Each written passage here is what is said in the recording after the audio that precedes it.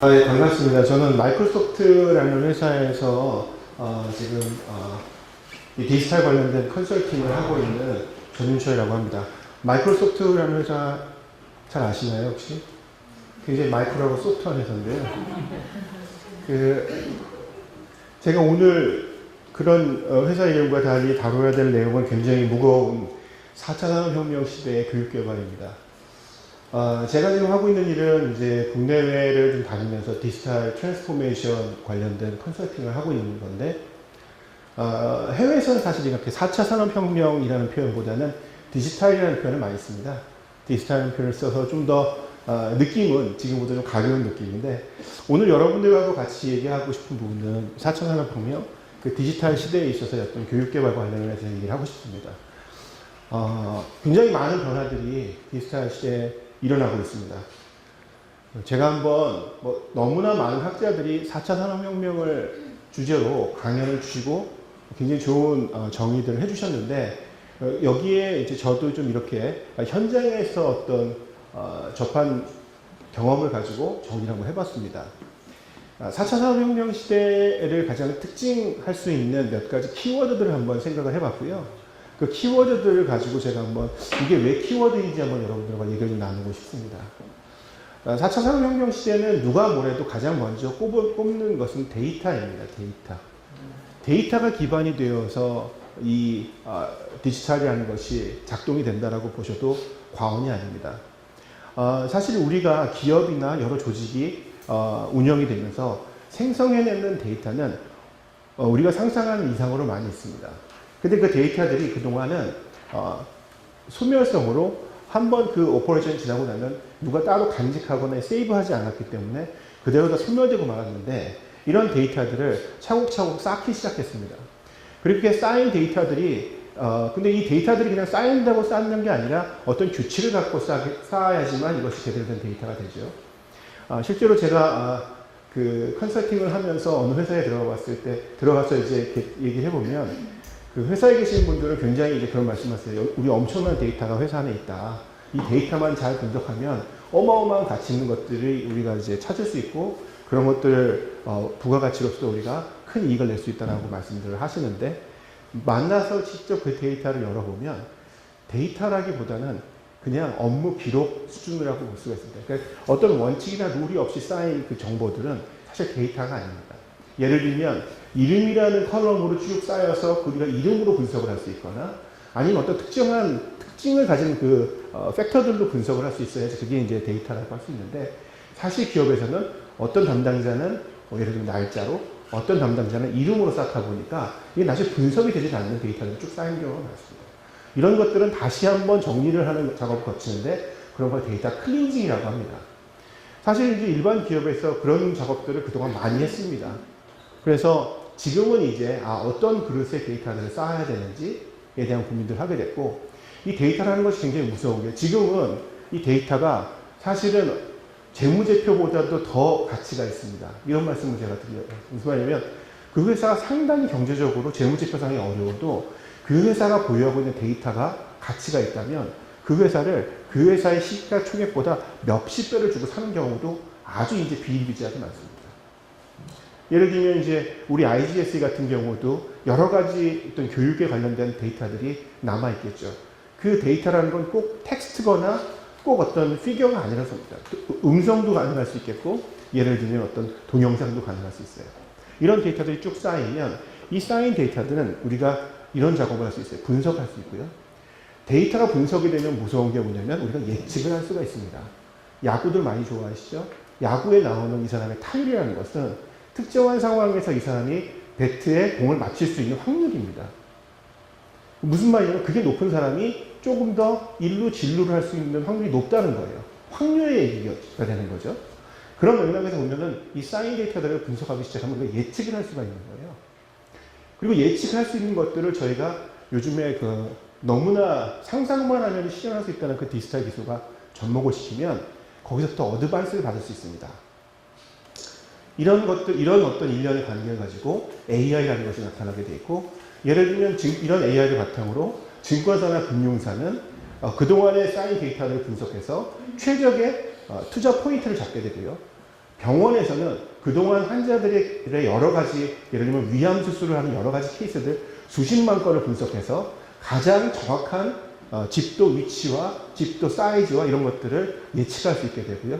그거를 실제로 이런 어떤 렌즈, 홀로렌즈, 저희는 홀로렌즈라고 하지만 MS의 제품들이 이렇게 가상으로 끼우고 거기서 다 들으면서 실제로 집도로 사람이 하지만 여러 가지 어드바이스는 누군가가 해주고 있는 거죠. 그게 이제 데이터가 분석해서 기계가 해주는 겁니다.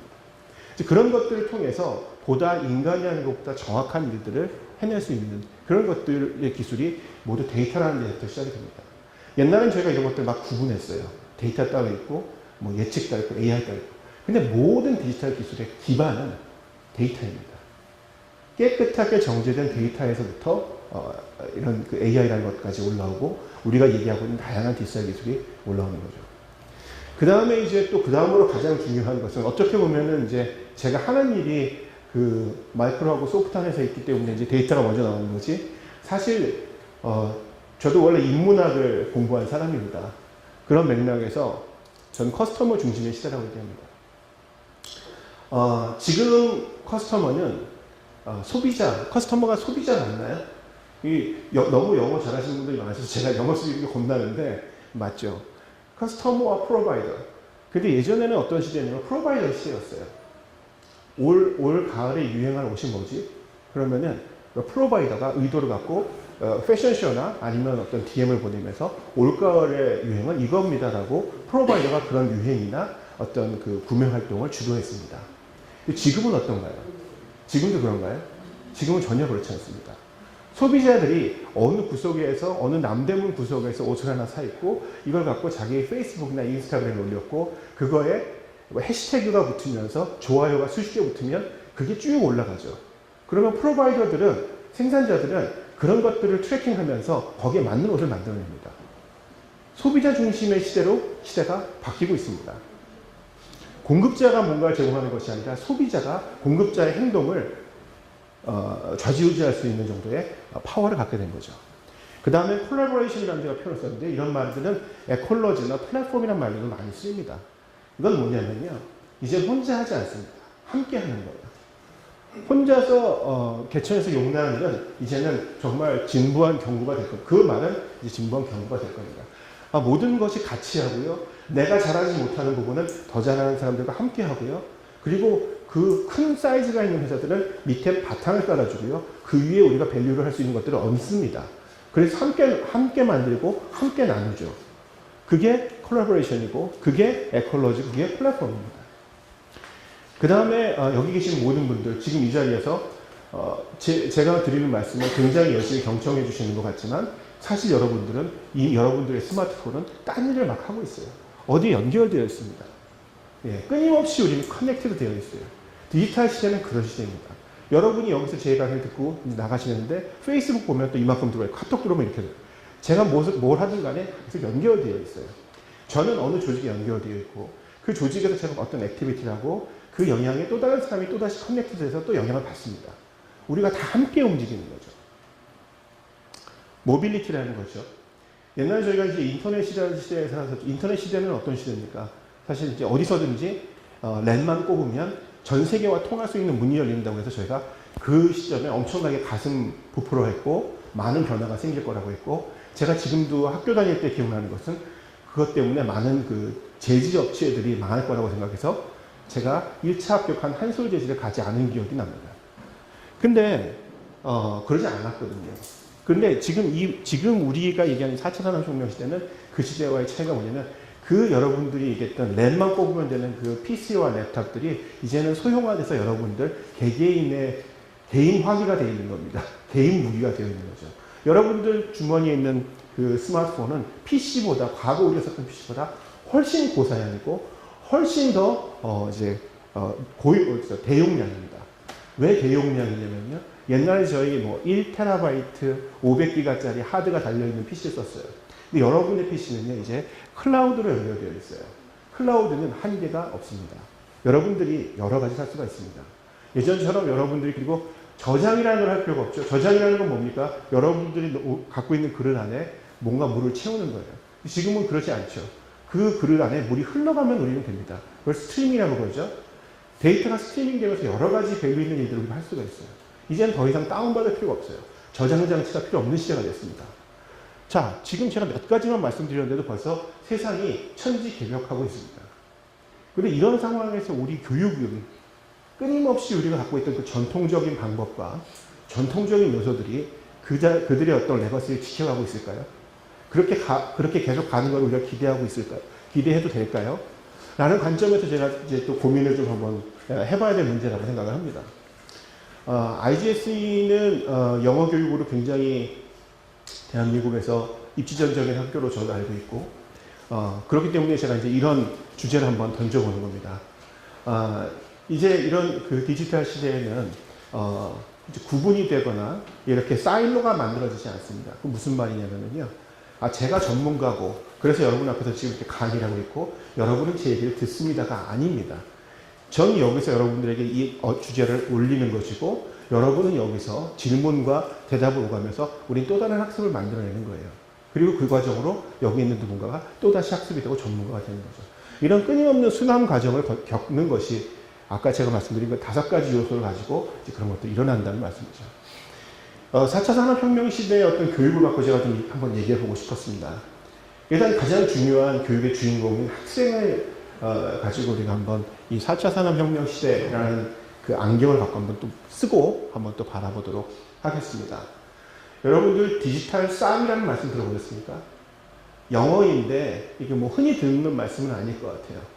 이 뭐 한국말로 바꾸면은 이게 좀 표현이 디지털이 익숙한 세대라고 하는데 저거 갖고는 이게 텐션이 좀 약합니다.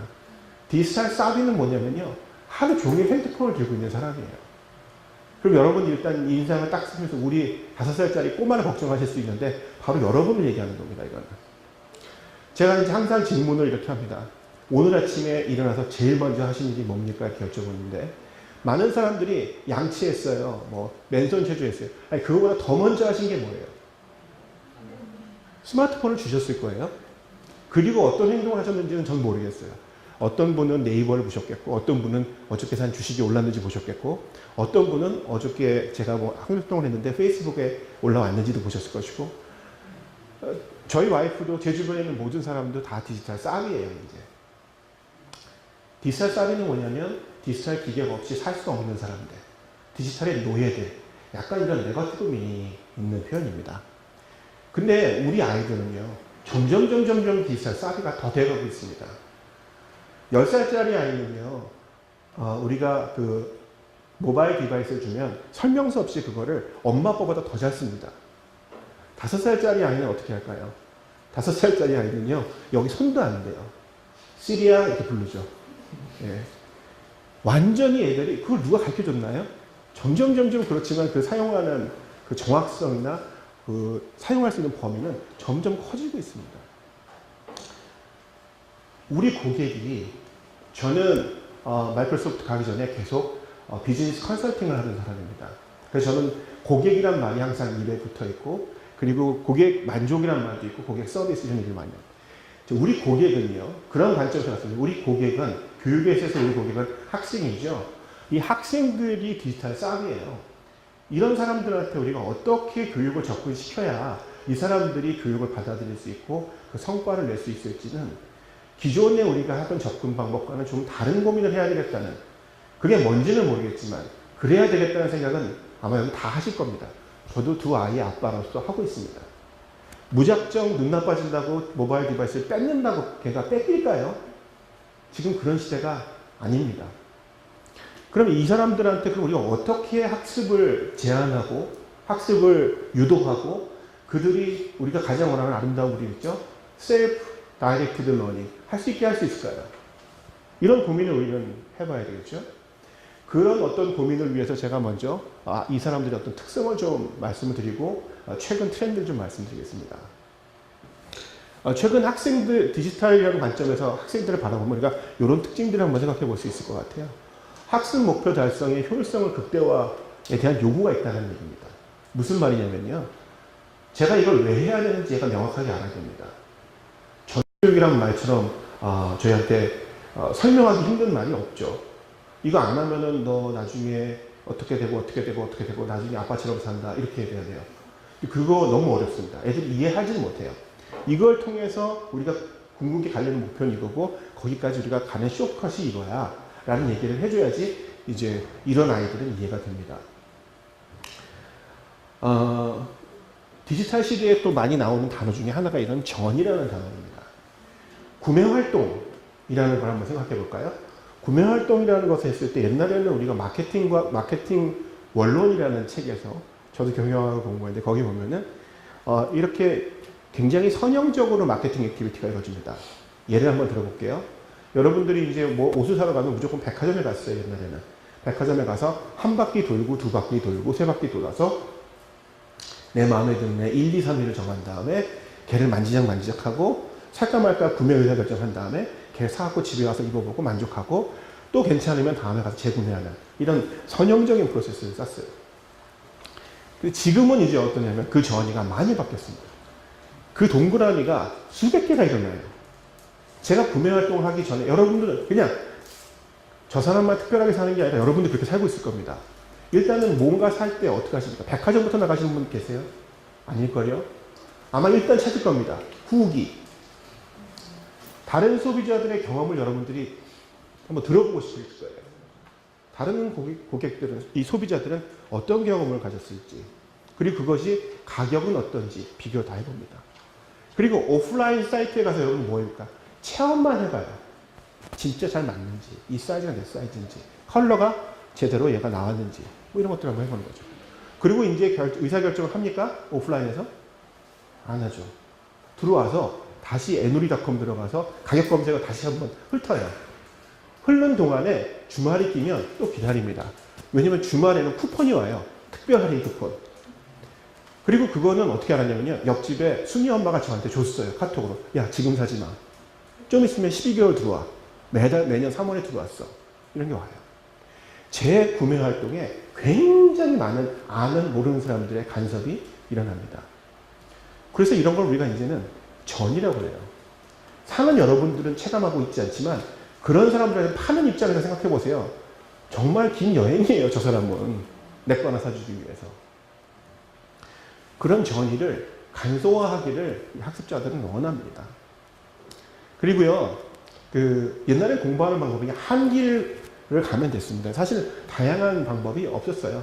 일단은 뭐 예를 들면은 학교, 그 다음에 학원 이렇게 아주 전형적인 그 클래스룸에서 학습이 일어났고 아이들은 거기서 따라갔어요. 이제는 그런데 아이들이 공부하는 방법도 꼭 학교를 어저께도 저도 우연히 봤지만 꼭 학교에서 뭘 해야 되는 게 아닙니다. 검정고시도 있고요. 그 다음에 집에서 하는 홈 스터디도 있죠. 그리고 지금 뭐 대학을 가지 않아도 나중에 자기가 포인트로 학사를 할 수도 있는 방법도 있고요. 또 그런 것들을 하는 방법도 상당히 여러 가지 채널을 통해서 할 수가 있습니다. 멀티 채널이 제공되고 있어요.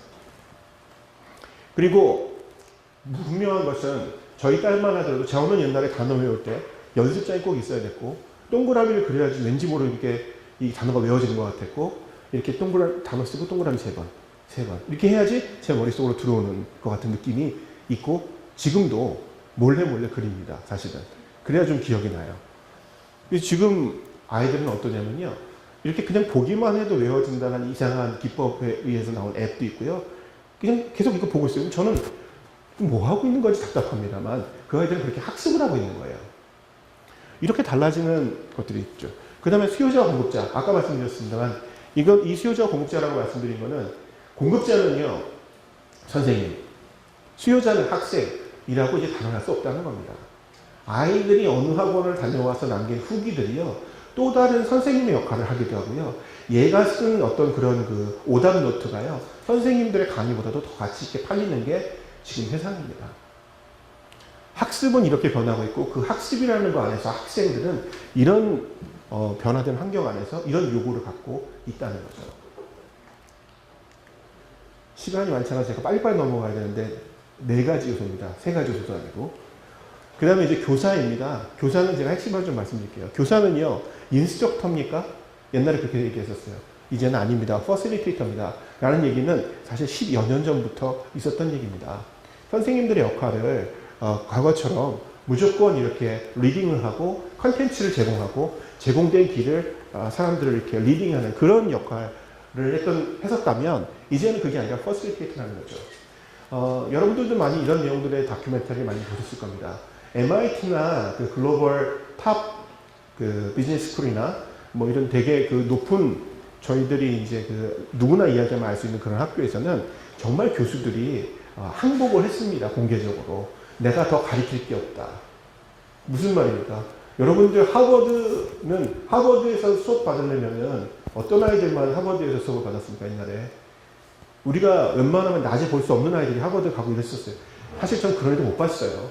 근데 지금 하버드 교육은 누가 봤습니까? 예. 앱 서핑이라고 하죠. 앱 서핑 잘하는 애들 다 듣고 있어요. 하버드뿐만 아니라 여러분들 아시겠지만 전 세계적으로 미국의 그 유명한 탑스쿨 강의를 다 무료로 실시간으로 들을 수 있는 거 아시죠? 학교의 졸업장이 목표이신 분들은 거기에 가야 되겠지만 그게 아니라 진짜 그 컨텐츠가 필요하신 분들은 얼마든지 그 욕구를 채워나갈 수가 있어요. 그런데 그렇게 학습하는 아이들 앞에서 선생님이 야 그런 게 아니라고 해서 한 3번 정도 망신당하면 그 다음 선생님이 서실 수가 없어요. 그렇기 때문에 우리가 이 퍼실리테이터의 역할이 중요하다는 말씀을 드리는 거예요. 선생님들은요 그렇게 스스로 학습하는 아이들, 그렇게 타오르는 아이들을 서로 부딪혀서 이제 그런 학습자들은 서로 부딪힐수록 더 밝기가 더 밝은 불을 만들어내요. 그런 역할을 하시는 게 선생님들의 역할로 바뀌고 있습니다. 그리고 여기 말씀드린 것처럼 학습자와 학습자 간 또 컨텐츠와 학습자 간을 연계하는 퍼실리테이터로서의 역할을 선생님들은 이 디지털 시대에 이제 요구받고 있는 거고요. 그 다음에 이제 이런 시대인데 선생님이 학생한테 이렇게 주면서 야, 네 이름 좀 여기다 입력시켜줘 이러면 되겠습니까? 예. 스마트 디바이스에 대한 리터러시가 있어야 돼요. 디지털에 대한 리터러시가 있어야 됩니다. 아이는 클라우드 컴퓨팅 얘기하고 있는데 선생님은 야, 하드에 안 들어가 이게 용량이 커서 이러면 되겠습니까? 이건 너무나 중요한 부분이에요. 이런 선생님들은 그런 디지털 시대에 있는 학생들로부터 외면당할 수밖에 없습니다. 이 얘기는요, 사실은 기업이나 학교나 모든 조직에서 똑같이 이제 적용되고 있는데요. 상대평가가 없어지고 있습니다. 기업도 마찬가지입니다. 기업에서 HR에서 요구되는 것들이 한 명 한 명 개인화 특성에 맞는 HR을 요구하고 있어요. 어떻게 그게 가능할까요? 데이터가 있으니까 가능한 겁니다. 기업에는 인사 데이터가 있고 학교에는 학생 데이터가 있습니다. 우리가 흘렸던 데이터들이 어마어마하게 많습니다. 여러분들 조금만 찾아보시면 아시겠는데 최근에는요 학원 트렌드가 컨텐츠를 딜리버하는 학원이 망하고 있고요. 아이의 학습 태도를 분석해서 그 아이한테 맞는 코칭을 해주는 코칭 프로그램을 하는 학원이 득세하고 있습니다. 어떻게 하냐면요. 그 아이가 학원에 가서 어떤 컨텐츠를 공부하고 와서 몇 시간 예습하고 몇 시간 분석하고 이런 것들을 정형화된 알고리즘을 갖고 분석을 합니다. 그리고 그 알고리즘으로 학습해서 고성과를 낸 소위 얘기해서 좋은 학교 간 애들의 그 성적, 그 시간들을 매핑을 시키는 거예요. 부족한 부분들을 메꿔주는 겁니다. 그런 퀄리테이티브한 어프로치와 퀄리테이티브한 어프로치는 예전처럼 저희가 사지선다에 잡아주는 것이 아니라 A4지 100지를 주고 네가 오늘 얘기한 것, 공부한 걸 쓰라는 거죠. 마치 과거 시험처럼. 스토리를 만들어서 제가 배운 걸 쓸 수 있는 게 제대로 된 학습이 된 거라고 우리가 보여주는 거죠. 이런 식으로 이 아이들이 공부하는 부분들을 제가 메꿔나가고 있는 거예요. 어떻게 보면 우리가 했던 것처럼 옛날에 찍기라는 표현이 좀 그렇지만 뭐 이런 문제가 나올 때 이렇게 해야 되고 이렇게 되고 가이드를 주고 사실은 사지선다라는 것이 아이들 학습에는 굉장히 저해된 요소라는 주장도 상당히 많습니다. 근데 이제는 그런 게 아니에요. 그런 시대가 아니라는 거죠. 그러다 보면 우리 아이에게 맞는 학습이라는 것에 대한 고민을 하게 됩니다. 여기에는 여러 가지 데이터가 필요하겠죠. 학습 데이터, 이 아이가 한 어떤 이 심리적인 데이터, 여러 가지 데이터들을 분석해서 그 학생에게 맞는 컨텐츠를 정확한 타이밍에 정확하게 제공해주고 케어해주는 겁니다. 그런 성과를 보고 그런 성과에 대해서 이제 서비스를 제공하고 서비스에 대한 피를 받는 그런 학원들이 여기 가까운 대치동에도 지금 많이 늘어나고 있습니다. 교재라는 표현은 이제 사실은 제가 이 교재라는 말도 사실 써기가 좀 그렇습니다. 교재, 지식은 이제 더 이상 책 안에 갇혀있지 않다. 교재는 더 이상 의미 없는 형식일 뿐이다. 학습은 다양한 방식으로 진행되고 있죠. 아까 제가 말씀드렸어요. 뭐 우리가 원한다면 전 세계 어떤 교육도 다 무료로 들을 수 있어요. 우리 단말기의 속도가 지금 기하급수적으로 빨라지고 있는데 이제 5G가 나오고 있죠. 5G라고 하면 여러분들이 이런 파이프에서 이만한 큰 통으로 이제 정보가 오가는 겁니다. 우리가 3G 때는 다운로드를 받았어요. 그걸 빨리 받는다고 좋아하는 광고가 불과 얼마 전까지 했던 광고인데 지금은 여러분 다운받지 않고 그대로 보고 계시죠. 5G가 되면은 지금 이제 우리 차에서 느낀 여러 가지 그 리스크들, 그러니까 예를 들면 우리가 지금 내비게이션 보면 어디가 차가 막힌다고 이렇게 되는 부분들이 실시간으로 옵니다. 많은 데이터들이 오간다는 것은 많은 데이터가 오가면서 여러분들한테 밸류를 주려면 그만큼 빨리 연산이 돼야 되겠죠. 이만큼 통으로 배달되는 데이터가 연산돼서 여러분들에게 밸류 주려면 얼마나 빠른 속도의 연산이 이루어지겠습니까? 여러분들이 또 생각할 수 없는 그 세계가 또 기다리고 있는 거예요. 그러면은 정말 전 세계에 있는 컨텐츠들을 정말 실시간 여러분 앞에 있는 것처럼 마치 아바타 교수님과 같이 수업을 하는 것처럼 할 수도 있다는 얘기죠. 그리고 여러분들 아시는 것처럼 지금 실시간으로 여러 가지 이렇게 폴링을 하면, 채팅을 하면서 폴링도 같이 하는 그런 시스템들도 상당히 많이 있어요. 하여튼, 뭐, 제가 일일이 예를 들면은 너무나 많지만, 지금 이제 어떤 그 교재라고 얘기할 수 있는 컨텐츠, 또 지식 이런 것들은 이렇게 많이 또 변하고 있습니다. 그 다음에 학교, 마지막으로 이제 학교 얘기를 좀 해볼게요. 학교는 아까 말씀드린 것처럼 물리적인 공간, 인터넷 시대에 이미 학교라는 것은 허물어졌어요. 그죠? 여러분들 디스턴스 러닝이라는 얘기 많이 들으셨죠? 원격 강의입니다. 미국에 있는 많은 학위 과정들을 서울에서 들으실 수 있어요. 네. 그리고 또 지금 여러분들 디바이스의 성능이 급격히 좋아지면서 또 많은 콘텐츠들이 무료로 제공되면서 이런 것들이 또 다양한 채널로 아주 빠르게 전파되고 있어요.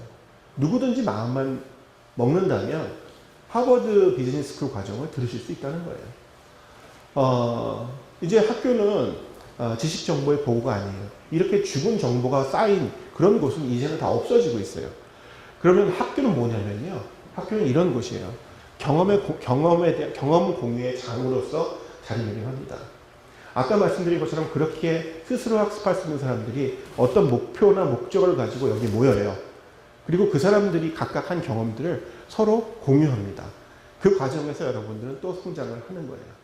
학교라는 것이 그런 상징적 의미로서만 존재가 하게 되죠. 그리고 물리적인 공간의 의미는 상실을 합니다. 그리고 학교 간의 경계도 사라져요. 학교 간의 경계도 사라져서 특정 학교가 어떤 과정이 좋다라고 하면 그런 것들이 무료 과정을 듣기 때문에 특정 학교에 대한 어떤 선호나 이런 것들도 없어지죠. 그리고 학생들의 개개인의 어떤 개인적 욕구에 맞춰야 된 강의들이 나오게 되고요. 그 다음에 여러분들도 아시겠지만 이제 어떤 대학 같은 경우에는 그동안에 우리가 갖고 있던 전통적인 어떤 학위 과정이나 전통적인 어떤 커리큘럼을 과감하게 포기하고 굉장히 프랙티컬한 커리큘럼들로 운영을 하고 그 과목들도 교수님들이나 선생님들이 아니라 그 해당 분야의 전문가들이 실제 과정을 개설하고 본인들이 수업을 들으면서 학생과 교수를 넘나드는 그런 학교들도 미국에는 지금 태어나고 있습니다.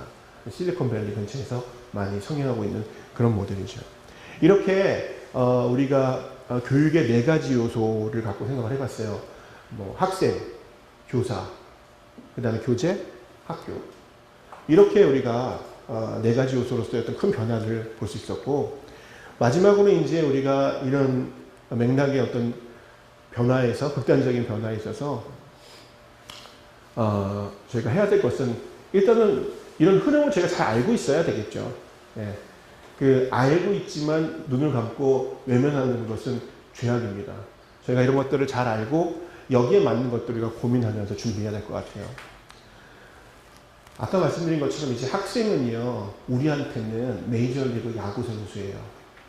얘가 하는 퍼포먼스에 대한 부분들을 정량화할 수 있는 부분들, 또 정성적으로 볼 수 있는 부분들을 계속 찾아가면서 얘에 대한 분석을 해주면서 이 학생이 어떻게 했을 때 가장 높은 성과를 낼 수 있는지에 대한 것들을 끊임없이 분석해서 학생들의 인디비주얼 데이터가 기반이 된 학습을 제공해야 된다는 생각을 해보게 되고요.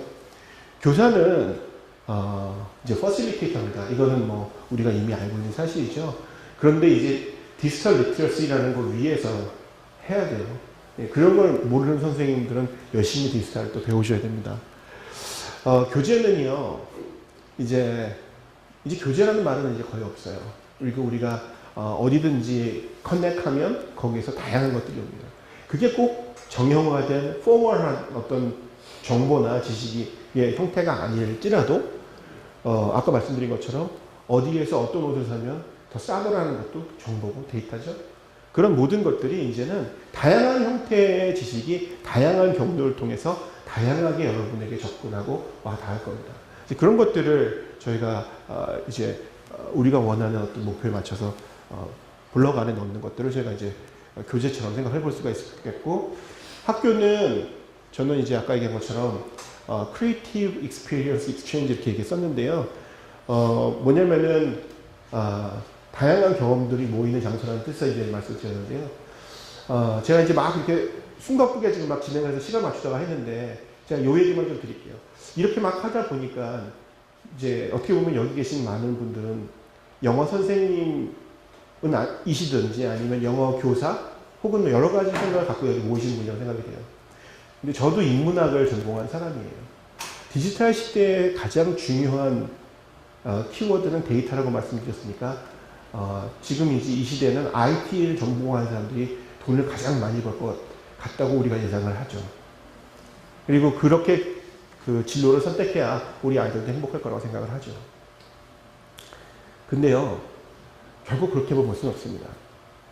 이 디지털이라는 게 뭐냐면요, 1과 0의 연속이에요. 아주 정형화된 틀 안에서 움직이는 게 디지털입니다. 그러니까 예측이 가능한 거예요. 그러니까 확률이고. 근데 이거는 그래서 아주 일반적인 거예요.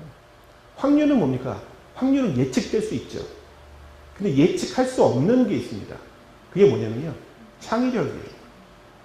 어떤 사람이 창의력을 갖고 그 룰을 깨면 그 가치는 어마어마한 거예요. 많은 사람들이 AI나 데이터가 많은 사람들의 잡을 뺐을 거라고 생각하죠. 그리고 루틴한 업들은 다 뺏길 거라고 생각하죠. 근데 저는 그렇게 생각하지 않아요.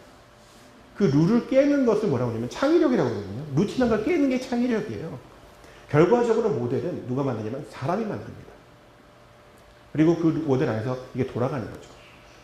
그래서 저는 가장 잘 디지털을 할 수 있는 사람들은 인문학적 감성을 가진 사람들이 가장 잘 할 수 있을 거라고 생각해요.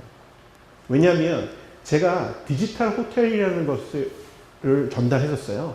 그건 뭐냐면 호텔에 들어가서 여러분들이 체크인하고 체크아웃 할 때까지 단 한 사람의 사람도 만나지 않습니다. 내가 들어가면은 이 센서가 알아서 누가 왔다고 알려주고, 내가 예약한 방을 안내해주고, 키가 필요 없으니까 이걸 대면 문이 열리고, 그 안엔 이미 내가 사용했던 온도와 조도가 다 맞춰져 있고, 거기서 잘 생활을 하고, 제가 식사를 하러 가려고 그러면 여기서 내비게이션 나와서 글로 가고, 체크아웃을 하면은 체크아웃 필요 없이 나오면 자동으로 크레딧이 쌓여요. 센싱이 돼서. 자, 이런 것을 우리가 디지털 호텔이라고 얘기했는데, 이거는요, 자동화된 호텔이에요. 디지털 호텔이 아니라. 이게 정말 디지털 호텔이라고 하면 거기에 하나가 있어야 됩니다. 뭐냐면 5성 호텔을 찾았을 때 그 사람을 반기는 사람이 있어야 돼요. 그래야 또 가겠죠.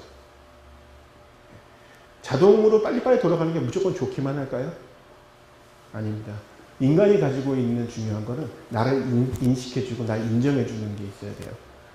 그런 빠름과 효율 안에 인간적인 게 들어갈 때 그게 진짜 디지털이라고 저는 얘기할 수 있다고 생각을 합니다.